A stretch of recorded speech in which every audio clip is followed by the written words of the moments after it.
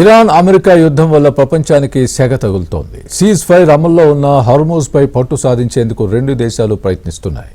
ఈ క్రమంలో ఒపెక్ నుంచి యుఏఈ వైదొలుగుతున్నట్లు ప్రకటించింది. మరోవైపు విమానయాన సంస్థలు తీవ్ర నష్టాల్లో ఉన్నట్లు కేంద్ర ప్రభుత్వానికి లేఖ రాశాయి.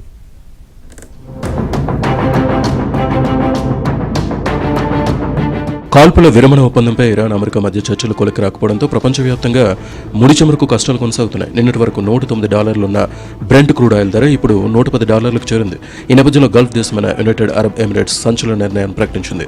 చమురు ఉత్పత్తి చేసే దేశాల కూటమైన ఒపెక్ ప్లస్ నుంచి బయటకు వస్తున్నట్లు తెలిపింది.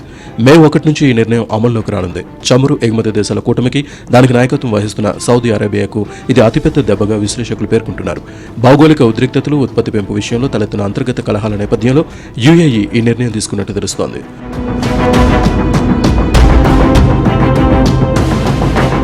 హోర్ముజ్ జలసంధిపై అమెరికా అధ్యక్షుడు ట్రంప్ మరోసారి ట్రూత్ వేదికగా పోస్ట్ చేశారు.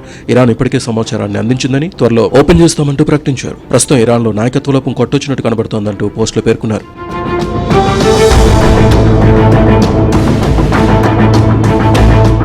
హర్మూజ్ జలసంధిపై ఇరాన్ అమెరికా దిగ్బంధనం కొనసాగుతున్న నేపథ్యంలో అంతర్జాతీయ స్థాయిలో విమానయాన సంస్థలకు ఇబ్బందులు మొదలైనట్లు ఇంటర్నేషనల్ ఎయిర్ ట్రాన్స్పోర్ట్ అసోసియేషన్ తెలిపింది. ఇప్పటికే పెరిగిన ధరల కారణంగా విమానయాన సంస్థలు నష్టాలు కొనసాగుతున్నాయని అన్నారు. మరోవైపు ఇంధన ధరలు పెరగడం వల్ల నిర్వహణ భారంతో మన దేశీయ విమానయాన సంస్థలు సతమతమవుతున్నాయి.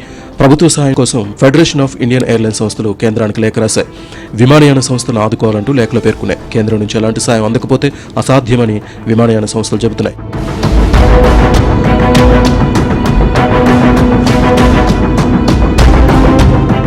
ఏప్రిల్ 29న బంగాల్లో పోలింగ్ ముగిసిన తర్వాత పెట్రోల్ డీజిల్ ధరలు పెంచుతారన్న ఊహాగానాలను కేంద్రం తోసిపుచ్చింది.